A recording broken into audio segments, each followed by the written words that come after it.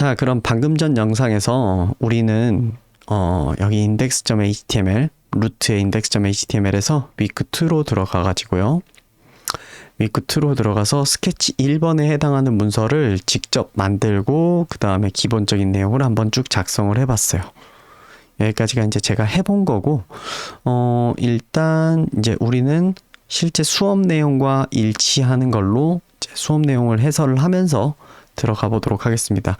그리고 우리가 방금 전에 만들어 놓은 이 문서 같은 경우에는 아무 내용도 안 들어있는 아주 최소한의 기본적인 내용으로서 앞으로 계속 써먹는데 이제 유용하게 쓸 수 있겠죠. 그래서 저는 이제 요것들을 계속 복사해 가지고 잘 써먹을 예정입니다. 자, 그러면은 이제 수업 내용으로 들어가 보도록 할게요. 일단 첫 번째 수업 내용은 뭐였냐면 인라인 스크립트였습니다. 인라인 스크립트 들어가 보시면 안녕이라고 이렇게 뜨고, 너의 이름은? 이라고 하면서 손성은 아닐 거고 이렇게 뜨죠. 그 다음에 확인 누르면 너의 옆 사람의 이름을 입력해 달라고 합니다. 그래서 예를 들어서 옆 사람이 없으니까 없어 라고 칠게요. 너의 옆 사람의 이름이 없어입니까? 라고 뜨는 이런 코드입니다. 자, 지금 이 영상은 뭐 이미 수업을 한번 해본 입장에서 하는 거니까 뭐 디테일한 수업 때 했던 이야기들 조금 지나가면서 빨리빨리 넘어가도록 하겠습니다. 첫 번째 코드 같은 경우에 이제 인라인 스크립트에 대한 내용을 달았죠. 뭐냐면 우리가 자바스크립트라는 거를 그냥 HTML 안에다가 그냥 곧바로 작성을 하는 그런 방법이었습니다. 그러면서 기본적인 함수들을 이렇게 쭉 보여드렸었는데요. 한번 이 코드를 직접 작성해 보도록 하겠습니다. 자, 그러면은 여기 week2에 우리는 스케치 2에다가 가서 작업을 할 거고요. 지금 현재는 그런 파일이 없는 상태죠. 자, 가서 우린 이미 스케치 2로 가기 위한 링크는 만들어 뒀는데 막상 거기에 해당하는 문서가 없는 상태예요. 자, 컨트롤 클릭해서 파일을 하나 만들고요. 자, 그러면 우리는 스케치 2라는 폴더가 자동으로 생겼고 그 안에 index.html이 이렇게 생겼습니다. 자, 그럼 우린 이 상태에서 스케치 1에 있는 내용을 복사해서 스케치 2에다가 붙여넣기를 하겠습니다. 자, 그러면 이런 상대 주소 입력했던 게 때로는 복사 붙여넣기 했을 때 잘 안 될 수도 있어요. 예를 들어서 뭐 한 단계 더 폴더가 들어간다거나 이러면 그러겠죠. 근데 얘랑 얘는 사실상 폴더 계층상으로 같은 층에 있죠. 깊이가 똑같은 깊이에 이렇게 있죠. 다만 이렇게 동이 다르다라고 봐야겠죠. 어쨌든 그래서 이거 그냥 복붙하면 그대로 잘 작동을 할 거예요. 그래서 세이브를 하고 스케치 2를 눌러보면 이런 식으로 뜨는 거를 볼 수가 있죠. 자, 여기 아래에 있는 이 부분은 제가 말씀드렸듯이 라이브 서버 운영할 때만 이렇게 끼어드는 코드지, 이거 실제로 여러분이 웹에 올리면은 나오지 않아요. 이거는 라이브 서버 하고 있는 동안에만 인젝트 되는 거예요. 들어와진 거예요. 자, 그러면은 우리는 스크립트를 작성을 할 건데요. 자, 여기를 집중하시면 됩니다. 자, 우리는 일단 고쳐야 될 거 고칠까요? 스케치 2로 바꾸고요. 그 다음에 여기도 스케치 2로 바꿀게요. 자, 여기에서 스크립트를 여기다가 작성을 할 건데요. 헤드 끝나기 직전에다가 스크립트를 작성을 할 거예요. 그래서 스크립트라고 타이핑을 하시다 보면은 이렇게 뜹니다. 이 중에서 요거를 고르시면 스크립트 태그를 열고 닫아주고요. 이 안에다가 우리가 사용하고자 하는 함수를 한번 써보도록 하겠습니다. 미리 자바스크립트에 구현이 되어 있는 기능인 거죠. 함수가 이제 영어로는 이제 펑션인데 우리나라 말로는 이제 보통 이제 함수라고 번역되는데 또 다른 말로는 이제 펑션이라는 게 이제 기능이잖아요. 말 그대로 미리 구현되어 있는 기능이라고 생각하셔도 됩니다. 그러면 첫 번째로 써본 기능은 어떤 거냐면 alert입니다.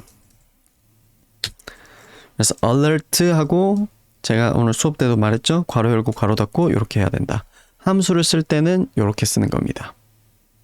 이게 함수의 기본 꼴이에요.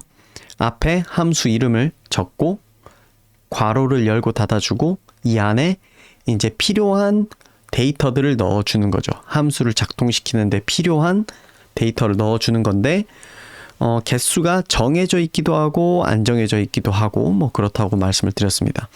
그래서 그냥 alert만 이렇게 넣고 세이브를 해보면요. 자, 이런 식으로 아무것도 안 뜨고 그냥 이런 팝업이 뜹니다. 확인을 요구하는 이런 alert가 뜨는 거죠. 그래서 여기에다가 안녕하세요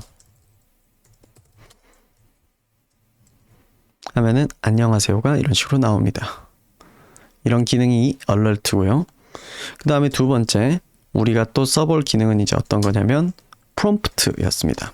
prompt. 자, 이 prompt 같은 경우도 아무것도 안 넣고 세이브 해보겠습니다. 그러면 일단 안녕하세요에 해당하는 이 alert가 먼저 나오고요. 일단 prompt가 나오는데 아무것도 뭐 여기 써져 있지 않은 상태에서 사용자의 입력을 요구하게 됩니다. 자, 그러면 우리는 프롬프트에다가 뭔가 내용을 이제 한번 넣어줘 보도록 하겠습니다. 프롬프트에다가 뭐라고 넣을 거냐면 당신의 이름은? 이라고 물어보겠습니다. 그러면 안녕하세요가 나오고 확인 누르면 당신의 이름은? 하고 뭐라고 써달라고 이렇게 뜨죠. 근데 여기에다가 쉼표하고 뒤에다가 값을 하나 더 넣어줄 수 있다라고 말씀드렸어요. 홍길동 이렇게 말하면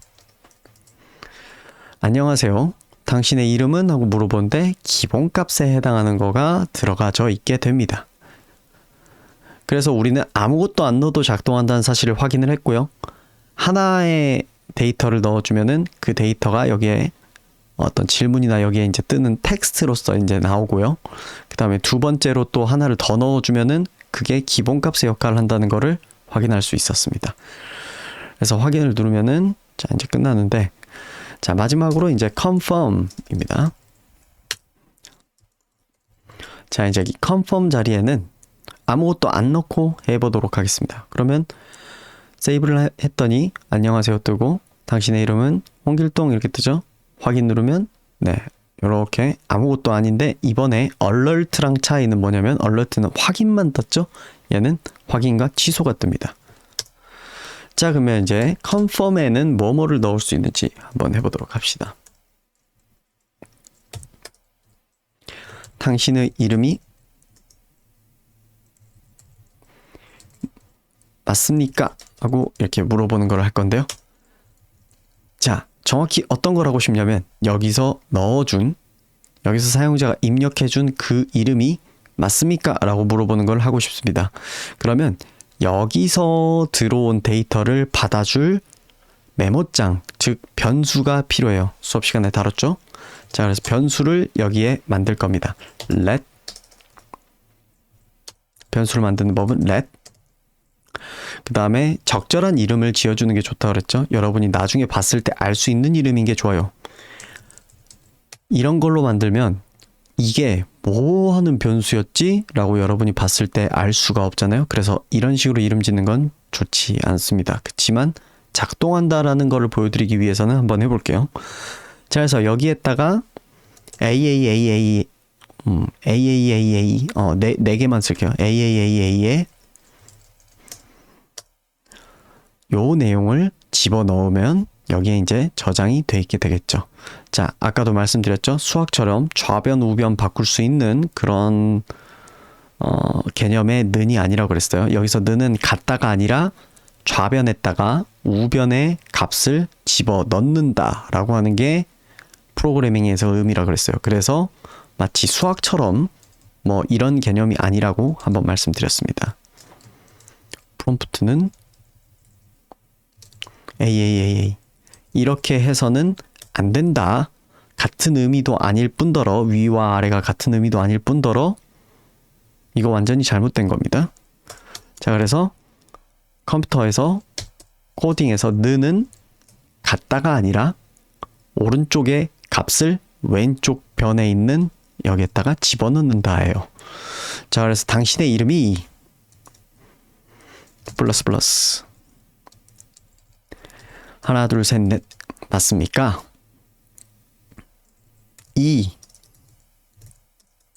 가 이렇게 하겠습니다. 그럼 안녕하세요. 당신의 이름은 홍길동? 이렇게 하면 당신의 이름이 홍길동 이가 맞습니까? 이렇게 나온다는 거죠. 그래서 이런 식으로 써먹을 수 있다는 겁니다. 자, 그런데 여러분, 이 alert나 prompt, confirm 이런 것들을 어떻게 사용하는지를 여러분이 항상 머릿속에 외우고 있어야 될 필요는 없어요. 자, 여러분 구글에 들어가서요.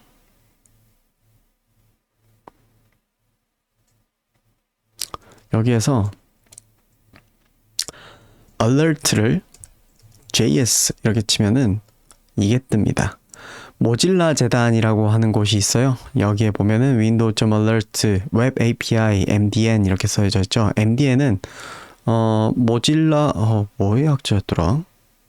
모질라 디벨로퍼 네트워크였던 걸로 기억하는데 맞나? 잠시만요. 네, 모질라 디벨로퍼 네트워크가 맞네요. 그래서 여기에는 이제 웹에 관련된 명세 이런 것들이 이제 적혀 있어요. 그래서 여기를 이렇게 들어가 보면은 windows.alert라고 되어 있는데 우리는 사실상 그냥 alert만 써도 이게 작동을 하고요. 그래서 여기 보면 매개 변수라고 되어 있는 곳이 보일 겁니다. 여기 보면 메시지라고 되어 있죠. 그 다음에 옵셔널이라고 써져 있는 걸 볼 수가 있습니다. 이게 옵셔널이라는 게 이제 어떤 의미냐면은 우리가 아까도 써봤지만 alert에 아무것도 안 넣어도 우리가 작동하는 걸 볼 수 있었잖아요. 그래서 안 넣어도 된다라는 의미입니다. 자, 그래서 경고 대화 상자에 표시할 텍스트 문자열이거나 문자열로 변화에 나타낼 객체 뭐 이렇게 써져 있죠. 자, 그래서 이런 걸 넣으면 그렇게 보여준다는 겁니다. 자, 그러면은 이번에는요 어떤 거를 해볼 거냐면 또 어떤 거를 볼 거냐면은 잠시만요. 혹시 뭐 더 있나 해서 여기 컨펌 마침 있네요. 근데 뭐 검색을 해볼게요. confirm JS 이렇게 쳐보면 이렇게 뜹니다. MDN 문서에 window confirm이라고 뜨고요. 자, 이것도 여기 보시면은 confirm message라고 떠져 있어요. 근데 우리가 생각해보니까 prompt를 먼저 봤어야 되는데 confirm을 봤네요. prompt 먼저 보러 갈게요. prompt 이렇게 들어가 보면 prompt도 여기도 message 옵셔널, default도 옵셔널이에요. 그래서 여기가 어떤 의미인지에 대해서 이렇게 써져 있습니다. 그리고 이 친구는 재밌는 개념이 하나 있어요. 자, alert 같은 경우에는 자, alert, 구문, 매개 변수, 예제 이렇게 돼 있었는데 이 친구는 구문, 매개 변수, 반환값이라고 돼 있죠. 영어로는 return이라고 이야기를 하는데요. 자, 사용자가 입력한 문자열 또는 null. 자, 무슨 말이냐? 자, 이 친구 같은 경우에는 예를 들어서 let alert value라고 이렇게 만들고 여기에다가 alert value에다가 value에다가 alert를 이렇게 넣어줘라고 했을 때 여기에 어떤 유의미한 값이 들어가거나 그러지는 않아요. 물론 이것도 이것대로 사용할 수 있는 용도가 나중에 있는데요. 설명하자면 복잡하니까 일단 넘어갈 건데 자, 무슨 말이냐면은 프롬프트 같은 경우에는 이것을 통해서 입력한 값을 이 함수 자체가 반환을 해준다는 거예요. 그렇게 반환 값이 있는 함수가 있고요. 반환 값이 없는 함수가 있어요. 이거는 굳이 들어와 보지 않더라도 예를 들어서 여기에 alert 위에다가 제가 이렇게 커서를 갖다 대고 좀 기다리면은 function alert 메시지 넣어야 됩니다. 라고 이렇게 뜨고요. 아이고. 그 다음에 뒤에 보면 void라고 써져 있죠. void가 이제 공허라는 뜻이잖아요. 주로 이제 뭐 판타지 배경 게임에서 void라고 하면 뭔가 이제 겁나 위험한 곳, 뭐 약간 이런 거죠. 텅 빈, 공허, 뭐 이런 뜻인데, void는 반환 값이 없다는 뜻이에요. 그냥 그런갑다 하고 이해하시다 보면은 나중에 제가 더 여러분의 실력이 오르면 그런 거였구나 하고 이제 이해할 날이 올 거예요. 이건 void라고 되어 있고요. 프롬프트에다가는 이렇게 오랫동안 되고 있으면은 저 뒤에 스트링 그 다음에 null 이렇게 뜨는 걸 볼 수 있습니다. 그러니까 스트링이 나오거나 null이 나온다 라고 이렇게 되어 있는 거거든요. 이 친구는 입력한 문자열에 해당하는 스트링이 문자열이거든요. 문자열을 반환해 준다 이렇게 되어 있고요. 컨펌은 어떤 거를 반환해 주냐면요. 아이고. 네. 컨펌은 뒤에 불린이라고 하는 거를 반환해 줍니다. 요거는 제가 오늘 뒤쪽에 설명할 일이 있을 거예요, 영상에서. 자, 불린을 반환해 주기 때문에 우리는 이런 거를 해볼 수도 있습니다. 예를 들어서 let confirm value라고 하는 이 변수를 만들고, 참고로 이렇게 만들고 할당하는 거를 따로 할 필요 없이 같이 모아서 이렇게 쓸 수도 있습니다. 이렇게 만든 다음에 만약에 confirm value가 true면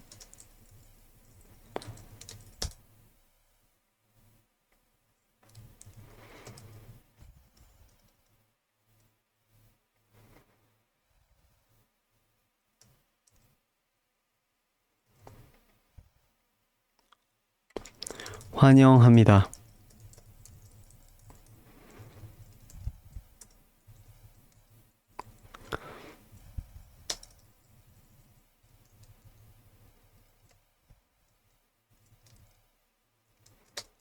님, 이렇게 할 수 있고요. 만약에 아니다, true가 아니다, 그런 경우에는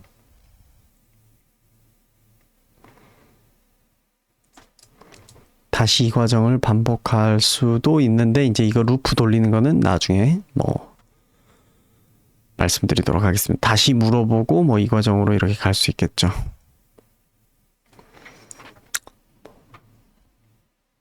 이 부분은 지우도록 할게요.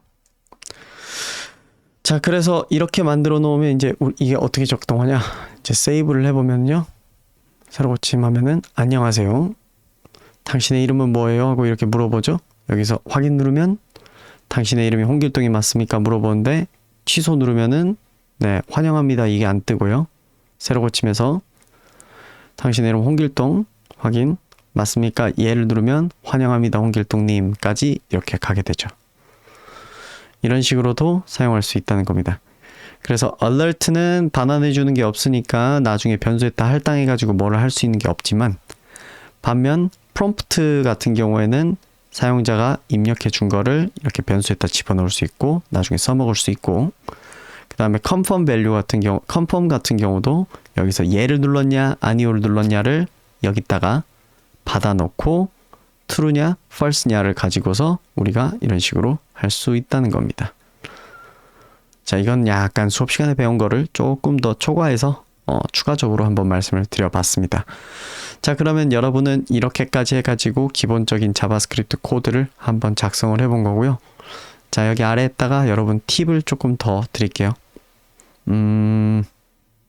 기억이 좀 애매한데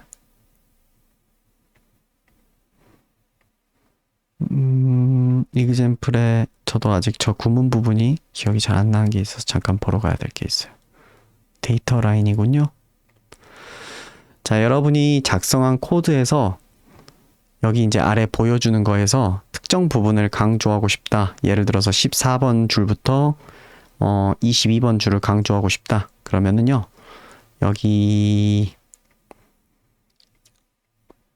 여기 아래에다가 데이터 라인 이렇게 한 다음에 해당 영역을 명시해 주면 됩니다. 프린터에서 그 영역 할당할 때 쓰는 텍스트처럼 14에서 22까지 라고 하고 세이브를 하면은요, 자, 이거 이제 뜨겠죠?